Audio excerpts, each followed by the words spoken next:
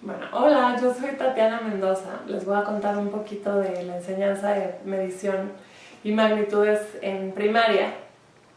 Entonces, para empezar quería decir que normalmente se toma como muy natural que la superficie pues es como la cantidad de espacio que tiene una figura, la longitud es lo largo o lo ancho, el peso es evidente, eso se considera que las magnitudes son evidentes.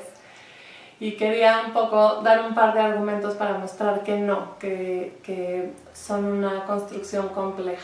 Esto porque, me voy a regresar un poquito, porque normalmente cuando pensamos en medición pensamos en las unidades, en los cambios de unidad, en las conversiones, en el sistema de medición, en las unidades convencionales, y dejamos un poquito de lado una parte que está al principio y que es como la base de todo, que es tratar de lograr que los alumnos entiendan qué es la superficie, qué es la longitud, qué es el peso, qué es la capacidad, o sea, que construyan una idea de las diferentes magnitudes antes de medirlas. Entonces quería mostrar un ejemplo en la historia.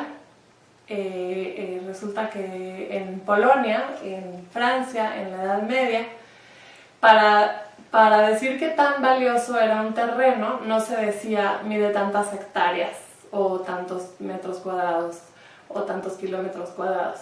Se decía, por ejemplo, que es la superficie, tengo un terreno que es la superficie de tierra que 2 bueyes pueden arar en un día, o el viñedo cultivarle por un hombre durante un día, o el terreno que puede sembrar un hombre a caballo durante un día. Es decir, que un terreno se medía por el tiempo de trabajo necesario, para el tiempo que se tenía que trabajar todo ese terreno, ¿no? O también se medía por la cantidad de grano que daba ese terreno. Entonces, por ejemplo, necesito el terreno necesario para cultivar un korsek, que era como el recipiente en el que se medían los granos, y 24 cántaros.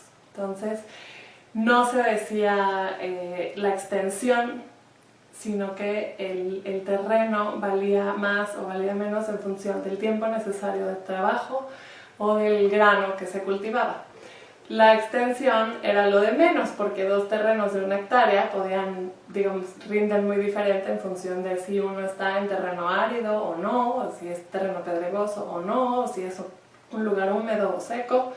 Entonces hay como muchos otros criterios que le dan valor al terreno, y la extensión es solamente una de esas características de los terrenos que pues no era la más importante.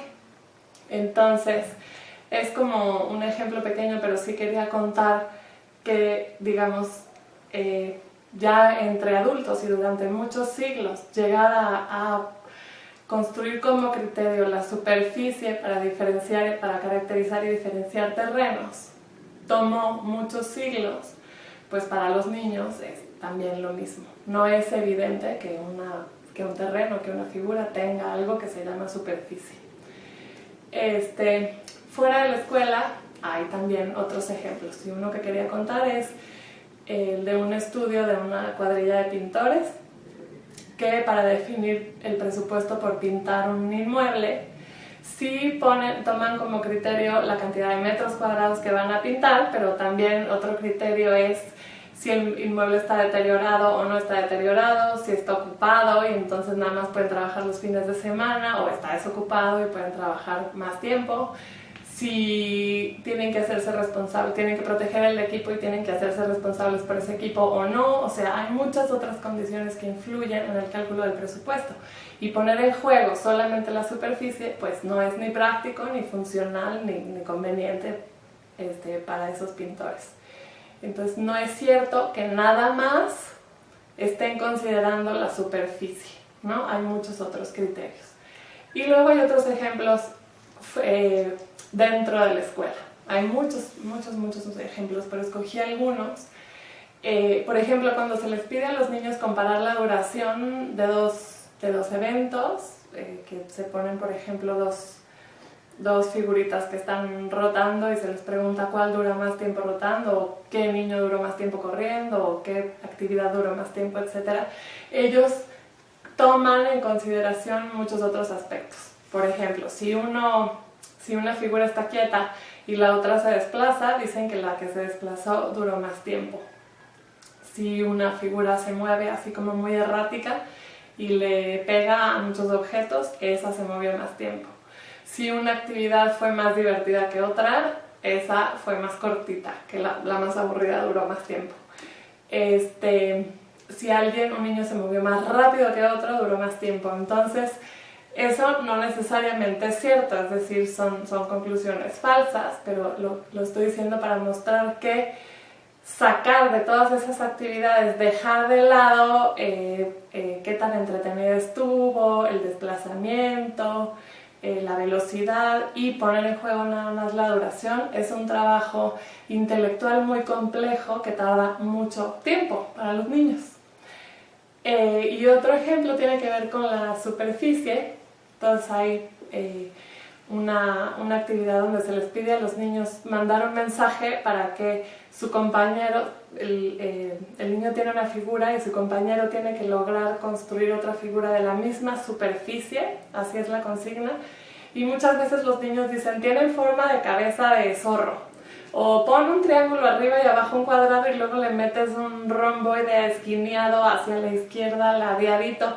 Entonces describen mucho la forma de la figura, pero no se preocupan por describir la superficie. Ellos ponen en primer plano la forma. Y lograr que dejen de lado la forma para poner en juego la superficie es un trabajo largo, que requiere muchas experiencias de los niños. O bien cuando se les pide repartir un pastel en partes iguales entre niños para que a todos les toque lo mismo y no sobre. Hay niños que reparten, por ejemplo, 2/4 a cada niño, parten el pastel en 2, y otro que parten muchos cachitos y le tocan 8/16 a cada niño, y tienden a decir que el de 8 pues comió más porque tiene más pedacitos. Entonces hay una dificultad para preservar la forma cuando la figura se rompe, aunque no se tiren cachitos, ¿no? Entonces, bueno, todos estos ejemplos son nada más para tratar de explicar que la superficie no es una propiedad que sea evidente, la longitud tampoco, el peso tampoco, las magnitudes no son una propiedad evidente de los objetos y requieren de hecho una construcción muy compleja. Los niños necesitan muchas experiencias donde tengan que comparar objetos y ordenar objetos a partir de una magnitud antes de medirlas con unidades o antes de ir a las fórmulas. Bueno, voy a mostrar a partir de diferentes lecciones, hice una revisión de lecciones a partir de los libros de los 60, los de la Patria, luego los 70, los 90, la propuesta del 2006, 2009 y la actual, y algunos libros de editoriales privadas. Entonces voy a mostrar algunos ejemplitos y lo que traté de recuperar primero es cuál es la problemática que hace surgir a una magnitud en esos diferentes libros. Bueno, una que me encontré con mucha frecuencia es la definición, es decir, no hay una problemática sino que se define qué es el volumen. Por ejemplo, este es de los años 60, entonces volumen se define como la extensión de un cuerpo y muy rápidamente se dice que tiene largo, ancho y grueso o espesor. Y entonces se piensa, digamos, ¿por qué se define el volumen? Yo creo que porque se sabe, hay una conciencia de que los niños no tienen claridad sobre qué es el volumen, pero piensan que lo van a aprender a partir de una explicación. Yo te explico qué es el volumen, tú lo entiendes y luego puedes resolver un par de problemas. Y, digamos, esa creencia no es tan antigua, permanece todavía, porque me la encontré en otro libro que es el Gader, que se ha editado como muchas veces y todavía se usa en muchas aulas. Y ahí encontré lo mismo, el área se define como la medida de superficie. Superficie es, se remite a la medición con una unidad, es decir, ¿qué es la superficie? No se habla del espacio ocupado, sino del número de veces que cabe una unidad en una figura. Entonces es la misma idea. Yo te explico qué es la superficie para que tú lo puedas aplicar en algunos problemas. Y encontré otra cosa también, sobre la cual sí quisiera como advertirles un poco, que tengan cuidado cuando revisen las lecciones, es la idea de que la magnitud es transparente. Entonces, por ejemplo, en esta lección se dan diferentes peces y se pide medir su largo, pero si se fijan, el largo ya está marcado con una línea que tiene los dos extremos claramente marcados, y entonces, digamos, con esa línea ya no es problemático tratar de definir qué es el largo de un pez. Por ejemplo, no se explica por qué en uno de los peces se consideran los bigotes y en el otro no se considera el pico, y en el pez guppy se considera el extremo de la boca a la punta de arriba de la cola, pero podría ser también a la punta de abajo de la cola. O sea, eso no se discute. La longitud ya está, el largo ya está trazado y no es problemático. No hay una discusión para tratar de establecer como un acuerdo en el grupo qué es el largo de un pez. Entonces hay como una idea de que el largo ya está en el pez y hay que medirlo. Y a mí me parece que no es así. Digamos, hay muchos autores que han mostrado que no es así. El largo de un pez es un criterio que se define por acuerdo dentro de un grupo, porque ese es el criterio pertinente para resolver ciertos problemas. Entonces, digamos, hay muchos estudios que han mostrado que las magnitudes no se aprenden ni a partir de una definición, como los primeros ejemplos que mostré, ni tampoco mostrándoles, así de vean, miren, aquí está el largo de este rectángulo, aquí está la superficie de esta figura, sino que más bien necesitan tener numerosas experiencias en las que se les pida comparar objetos, ordenar objetos o reproducir objetos a partir de una cierta magnitud. Ahorita voy a mostrar ejemplos de eso. Y que a partir de esas experiencias ellos vayan construyendo una idea de qué es la superficie, qué es el peso, qué es la longitud, etc. Entonces voy a mostrar otras maneras otras lecciones en las que sí hay una problemática que hace emerger la longitud. En esta, que es la de la ardilla, se pregunta qué animales son más grandes que la ardilla. Aquí, si se fijan, a diferencia de los peces, no está marcado eso de grande, o sea, no hay una línea donde diga qué es lo que vamos a considerar por grande. Entonces, si se considera la altura, el más alto es el venado. Si se considera, aquí no se ve en la lección, pero hay una serpiente en la otra parte, si se considera la serpiente sería la más larga.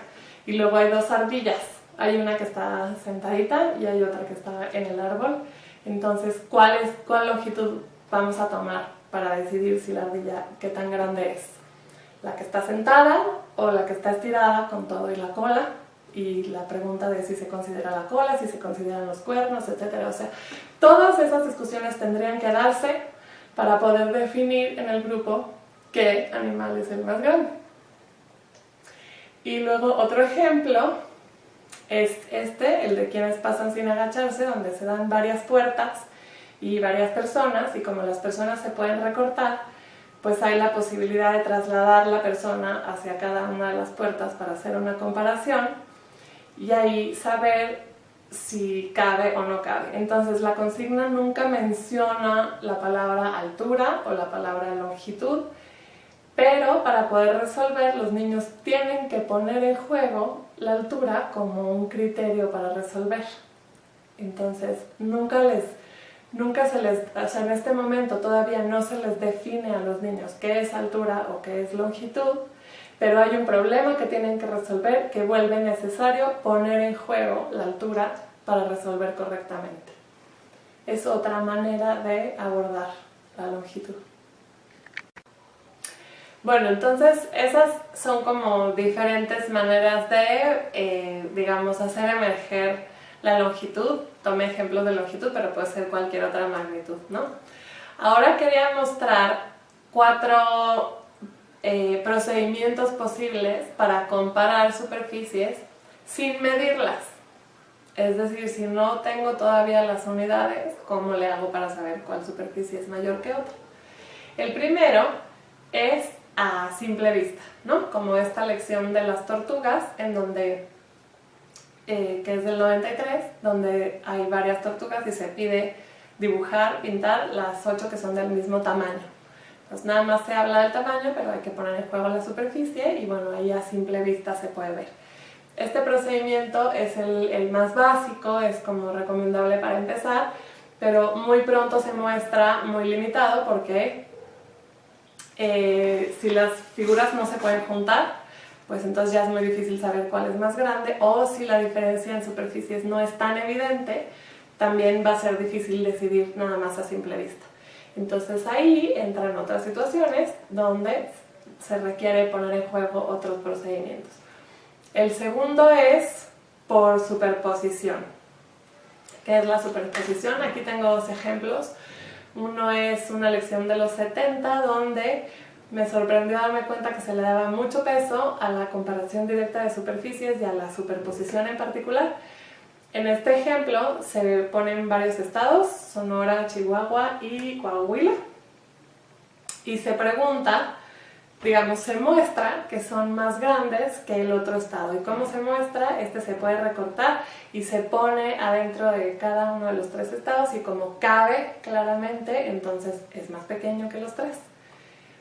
Y lo mismo se puede ver en esta otra lección, a comparar figuras, que es del 2009, donde se pregunta directamente si el triángulo cabe dentro del círculo, si el rectángulo cabe dentro del cuadrado, cuáles figuras caben adentro de otras. Entonces se pide calcarlas, que por cierto implica un trabajo extra y un tiempo extra,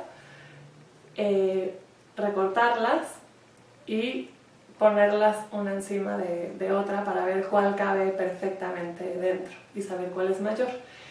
Entonces, lo que quería mostrar es una diferencia entre las dos lecciones.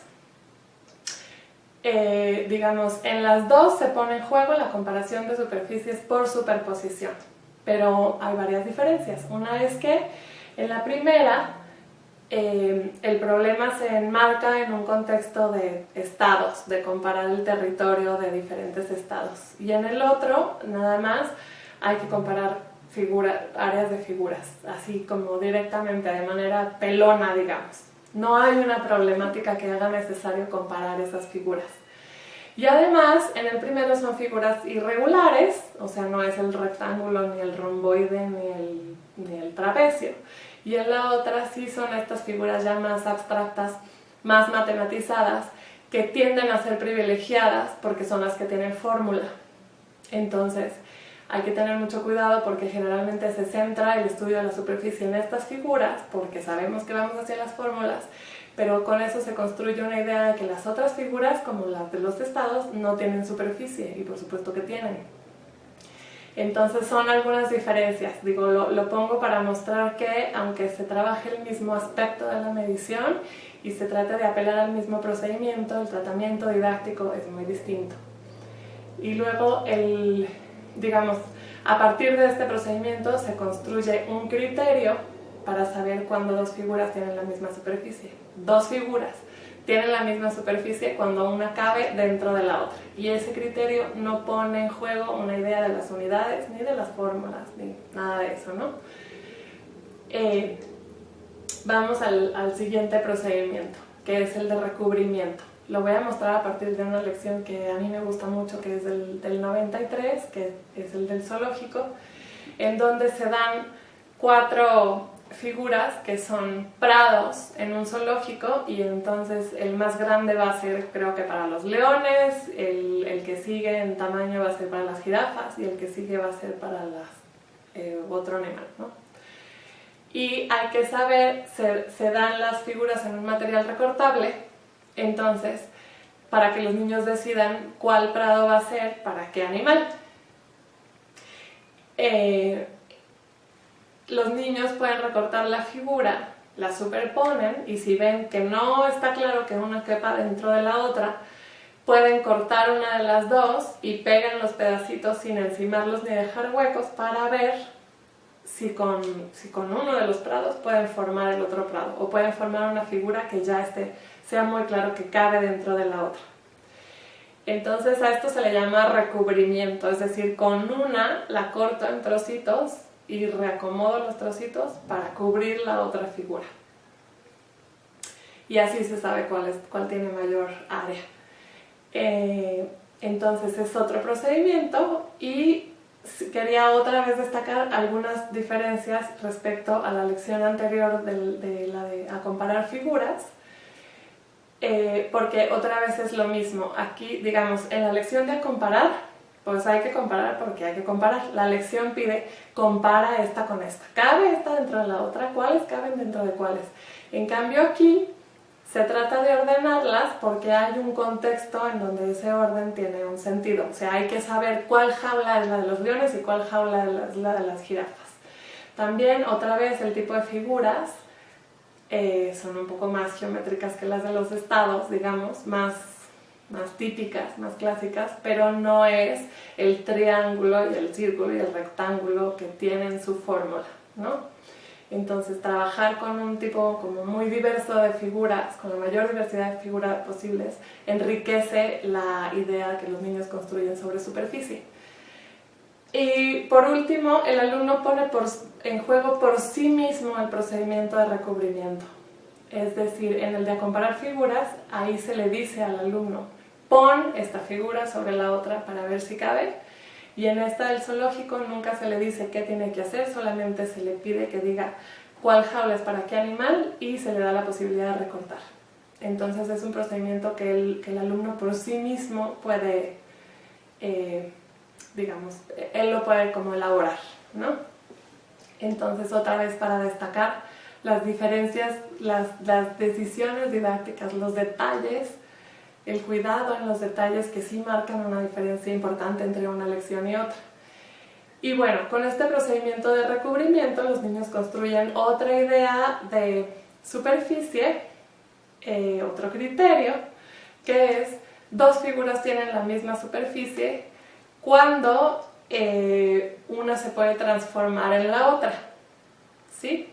Es otro criterio que también es geométrico y donde tampoco están todavía las unidades.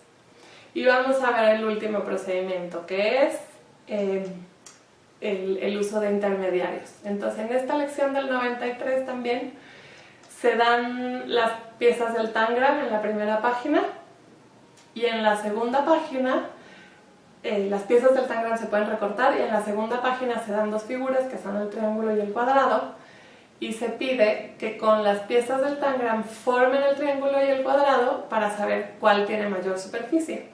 Entonces ahí el triángulo y el cuadrado no se pueden recortar, no se pueden superponer, no se puede transformar uno en el otro, pero sí puedo rellenarlos con las mismas piezas para saber cuáles caben aquí y cuáles caben acá. Entonces si aquí caben dos triángulos grandes y aquí cabe, por decir, un triángulo grande y un cuadrado, pues es más grande el que tiene dos triángulos grandes. Ahí el criterio es que dos figuras tienen la misma superficie cuando los dos se pueden descomponer en las mismas piezas o se pueden formar con las mismas piezas. Entonces he mostrado tres criterios, digamos 4 procedimientos para comparar superficies o para ordenarlas o para construir una figura que tenga la misma superficie que otra dada, que no pasan todavía por la medición con unidades ni por las fórmulas. Perdón que lo repita tanto, pero sí lo quiero enfatizar mucho. En donde se construyen 3 criterios de equivalencia de superficies, que son si uno cabe dentro del otro, si uno se puede transformar en el otro o si los dos se forman con las mismas piezas, que son criterios geométricos de equivalencia de superficies. Es decir, en donde se pone una idea geométrica de superficie, donde se pone una idea de que la superficie de una figura es el espacio que ocupa esa figura. Pero fíjense cómo es un trabajo mucho más largo y complejo que nada más dar la definición o mostrar la superficie de una figura. Los niños tienen que construir eso a partir de esas experiencias. Y bueno, estas experiencias ayudan a que los alumnos puedan separar la superficie de una figura de su forma y de su perímetro. Hace rato dije que los niños tienden a asociar la superficie con la forma y tardan mucho tiempo hacer como esa distinción. Y bueno, cuando este trabajo se omite, después es muy difícil regular lo que los alumnos hacen a la hora de usar la fórmula o a la hora de medir. Por ejemplo, si un triángulo está así volteado boca abajo, con el piquito de abajo, pueden decir que el área es 0 porque la base es 0, porque está el vértice hacia abajo, ¿no?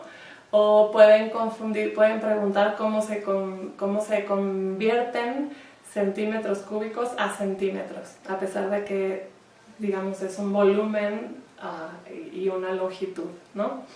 Hay muchos errores que permanecen mucho tiempo y que son difíciles de poner en cuestión si no se hace ese trabajo previo de construir las magnitudes.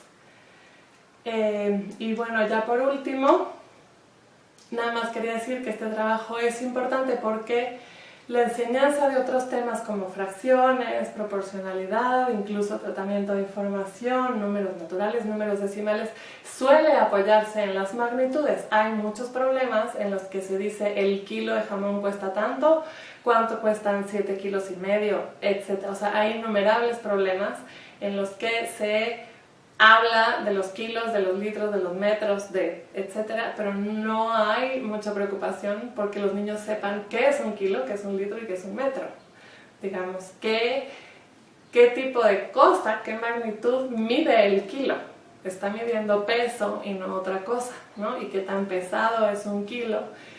Son cosas que hay que construir porque están, digamos, en la base de muchos de los problemas que se plantean para muchas ramas de las matemáticas. Y es un trabajo que la construcción de las magnitudes a veces no se hace y a veces se hace pero muy pronto se abandona para dar paso a las unidades, a las conversiones y a las fórmulas, entonces es muy importante detenerse un poquito más de tiempo para construirlas bien. Ya, buenas tardes.